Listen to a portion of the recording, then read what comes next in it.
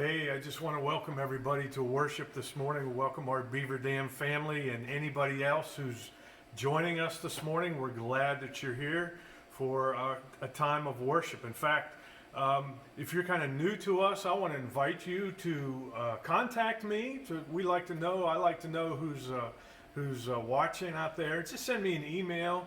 You have to say anything other than, hey, I was watching you, and we just like to know who's out there. So, but welcome to worship this morning.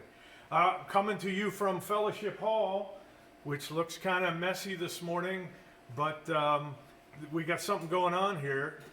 Tom Payne, part of our building and grounds, have decided this was a great time to strip and wax the whole Fellowship Hall. So he's been doing that all week. And I also saw Pete Gooch outside this week kind of repairing some of the fence around the children's playground. And so that's awesome. You get a chance, send those guys a card, perhaps just telling them that you appreciate what they're doing in keeping this place together. I just want to say thank you again for your giving. The Finance Committee is getting ready to send out the first quarter of our mission support. And it is right where it should be. So thank you for your faithfulness. Our food pantry continues to be well stocked. Thank you to Lori Weekly for that. And I had a wonderful conversation with a woman a couple weeks ago who just shared with me. She said, I have redone my will, and I'm going to give Beaver Dam 1/3 of that. And I just thought, man, how awesome that here's a church that has just impacted someone so greatly that they changed their will.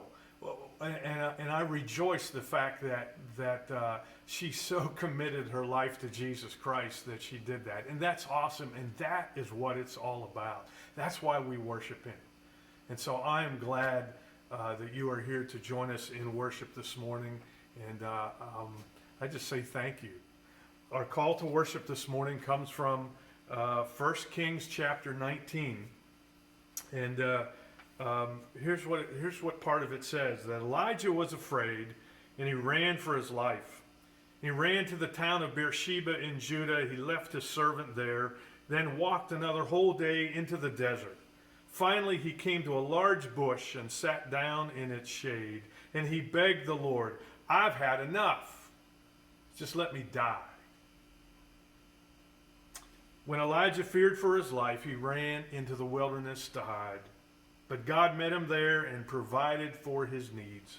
God appeared to Elijah not in the great and powerful forces of nature, but in the gentle whisper that speaks to our hearts.